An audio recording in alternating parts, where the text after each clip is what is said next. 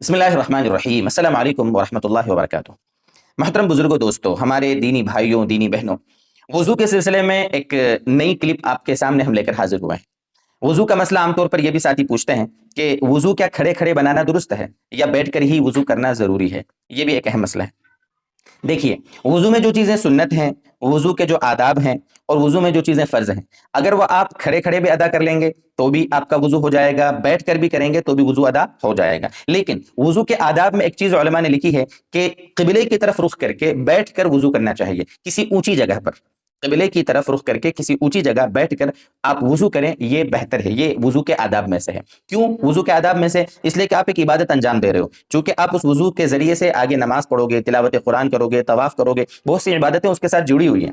वज़ू पर जो मौक़ूफ़ हैं, वज़ू अगर नहीं होगा तो वो इबादतें आप नहीं कर सकते। पता चला वज़ू भी एक इबादत है, तो एक इबादत को आप इस तरीके से अंजाम दें कि बैठकर किसी बुलंद जगह पर, ताकि छींटे आपके जिस्म पर, आपके कपड़ों पर वज़ू के न पड़े। इसी तरीके से आप क़िबले की तरफ रुख करके बैठें ताकि आपको उसका भी सवाब मिले और बुलंद जगह पर बैठें। ये वज़ू के आदाब में से है। अब आप खड़े रहकर अगर वज़ू करेंगे तो एक तो छींटे आपके ऊपर पड़ेंगे, ठीक है? इसी तरीके से एक अदब जो बैठकर वज़ू करने का वो छूट रहा है। इसलिए उलमा ने वज़ू के आदाब में जो कुरान हदीस की रोशनी में फ़िक़्ह की किताबों में वज़ू के आदाब बयान फरमाए, उसमें ये अदब भी लिखा है कि किसी बुलंद जगह पर बैठकर इत्मीनान से वज़ू करना चाहिए।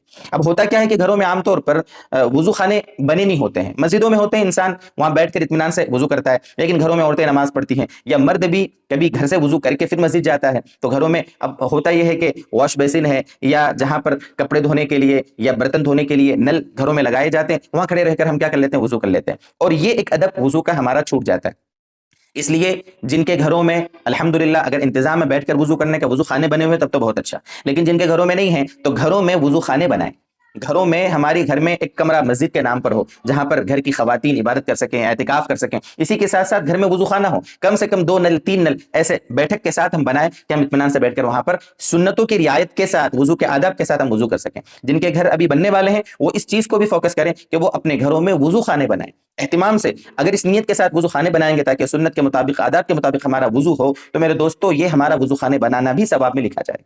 तो ये एक अहम चीज थी जिसकी तरफ हमारे मुस्लिम भाइयों को, खासतौर से दीनी बहनों को इस तरफ मुतवज्जे करना था। अल्लाह ताला हमें तौफीक दे और अल्लाह ताला सारी सुन्नत और आदाब की रियायत के साथ हमें वज़ू करने की और वज़ू के बाद जो हम इबादतें करें उनको करने की अल्लाह तौफीक दे, ताकि अल्लाह ताला की बारगाह में हमारी इबादतें अच्छी तरीके से कबूल हों। वस्सलामु अलैकुम व रहमतुल्लाहि व बरकातुहू।